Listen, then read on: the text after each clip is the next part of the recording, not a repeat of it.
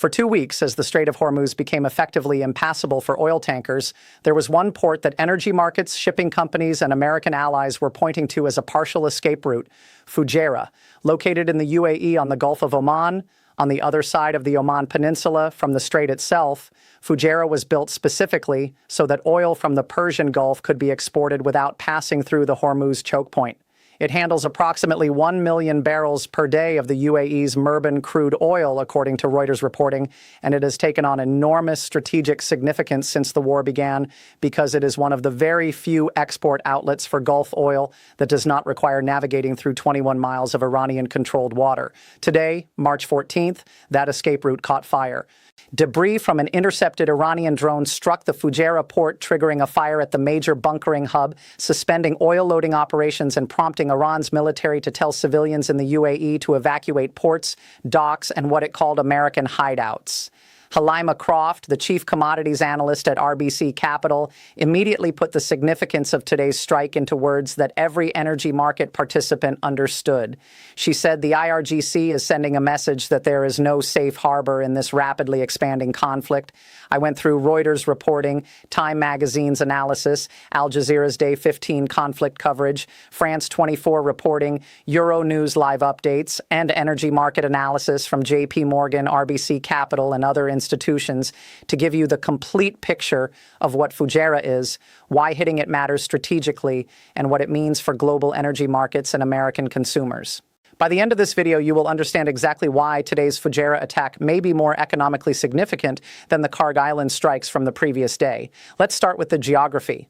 Understanding why Fujairah matters requires a brief explanation of the geography of oil export infrastructure in the Persian Gulf region. The vast majority of Gulf oil has historically been loaded onto tankers at terminals inside the Persian Gulf, meaning those tankers must transit the Strait of Hormuz to reach open ocean and onward to their destinations in Asia, Europe, and elsewhere.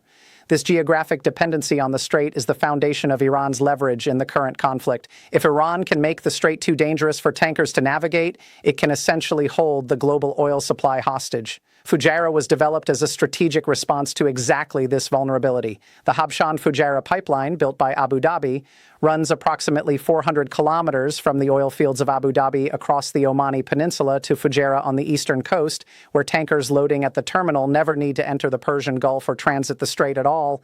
Saudi Arabia has a similar bypass capability through its east-west pipeline that carries oil to the Red Sea port of Yanbu.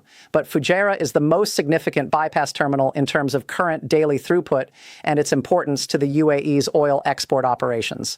Today's attack changed the calculus in a way that energy analysts are describing as transformative for how the oil market must now think about this conflict.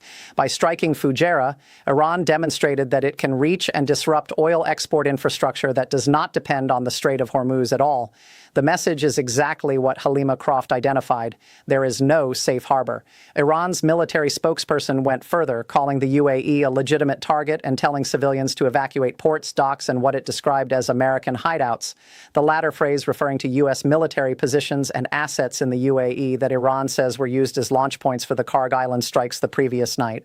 Iran's foreign minister Araghchi said on live television that it is clear the missiles that hit Karg Island overnight came from 2 locations inside the UAE, establishing in Iran's public framing a causal chain.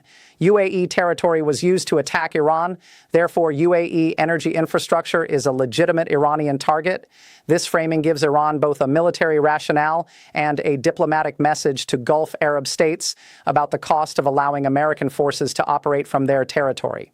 The immediate operational impact of the Fujairah attack was significant. According to Reuters reporting citing industry and trade sources who spoke on condition of anonymity, some oil loading operations at Fujairah were suspended on Saturday as a precaution while damage was being assessed. Television footage showed plumes of dark, thick smoke rising into the air over the energy facility. Loading of crude and refined products was halted at a port that normally handles approximately 1 million barrels of oil per day. For global oil markets already straining under the Hormuz closure, the loss of even temporary access to one of the most significant bypass export terminals is deeply alarming. JP Morgan analysts had previously identified Fujairah as a critical pressure valve for Gulf oil exports during the Hormuz disruption. Today, that pressure valve partially closed. The broader pattern of Iranian targeting throughout the conflict reveals a systematic and strategic approach to energy infrastructure that goes beyond simple retaliation. According to Euronews reporting, since the beginning of the war, Iran has methodically targeted Gulf energy sites from Kuwait to Oman, including the massive Ras Tanura refinery in Saudi Arabia, the Ras Laffan gas processing base in Qatar, and the complex housing the UAE's Ruwais refinery. Today's Fujairah attack follows this pattern, but crosses a threshold because Fujairah was specifically the infrastructure that the market had identified as partially insulated from the conflict. By demonstrating the ability and willingness to hit Fujairah, Iran has effectively told energy markets that no Gulf oil infrastructure should be considered safe as long as the war continues and as long as Gulf Arab states allow American forces to operate from their territories.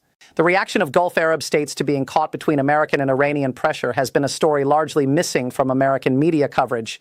Reuters reporting cited sources who describe mounting resentment in Gulf Arab capitals at being drawn into a war they neither initiated nor endorsed, but are now paying for economically and militarily. The Gulf states, Saudi Arabia, the UAE, Qatar, Bahrain, Kuwait, and Oman are formal American security partners who have hosted American military forces for decades precisely because that presence was supposed to deter exactly the kind of Iranian aggression they are now experiencing. Today's Fujairah attack and the broader pattern of Iranian strikes against Gulf infrastructure is the most direct challenge to the American security umbrella's credibility that these states have ever faced, and they are watching in real time as their airports are damaged, their oil facilities are hit, their civilian populations are living under air raid alerts, and the American president is posting on Truth Social asking China to send warships. For American consumers, today's Fujairah attack has two simultaneous economic implications. First, the suspension of loading operations at Fujairah removes additional oil supply from global markets at a moment when supply is already severely constrained by the Hormuz closure, which is directionally upward for oil prices. The national average gas price hit $3.68 today, according to A, up 5 cents from Friday.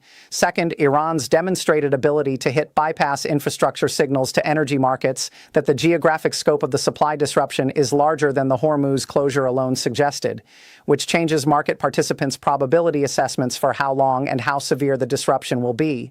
Oil analysts at JP Morgan had modeled various scenarios for the conflict's energy market impact, and the scenario in which Iran systematically attacks Gulf bypass infrastructure is among the most severe they had considered. Today, that scenario moved from theoretical to actual. Those who see the Fujairah attack as a turning point argue that it fundamentally changes the military and diplomatic calculus of the conflict.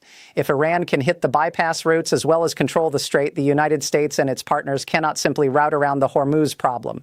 The only solutions are military suppression of Iran's strike capability, which is what the bombing campaign has been attempting for 2 weeks with partial success, or a negotiated de-escalation that addresses Iran's core demands, which the Trump administration has so far been unwilling to consider. Those who maintain that the military campaign will ultimately succeed argue that today's Fujairah strike, while serious, was accomplished with drone debris rather than a direct missile hit, that UAE air defenses intercepted the main threat, and that Iran's declining missile and drone volumes, down 90% according to Defense Secretary Hegseth, means its ability to sustain this level of attack on widespread targets is diminishing. Let's bring this all together. Iran struck the UAE's Fujairah oil hub today, triggering a fire and suspending oil loading operations at a port specifically built to bypass the Strait of Hormuz. This attack demonstrates that Iran can reach and disrupt Gulf energy infrastructure beyond the strait itself. Iran's military declared UAE territory a legitimate target and told civilians to evacuate ports. Energy analysts called it a message that there is no safe harbor in this conflict. Gulf Arab states are experiencing growing resentment at being drawn into a war they did not choose. Oil prices hit Brent near $104 per barrel. Gas prices in the United States hit $3.68 nationally today. The energy market must now price the possibility that virtually all Gulf export infrastructure is at risk as long as this war continues. Watch oil market movements Sunday evening when trading reopens. Watch whether Fujairah resumes loading operations, and watch whether the UAE issues any formal diplomatic response to Iran's declaration of its territory as a legitimate target. If this breakdown gave you the energy market context behind today's most important story for your wallet, please hit the like button and subscribe so you catch every update. Drop a comment with what you think Iran will target next. I will see you in the next one.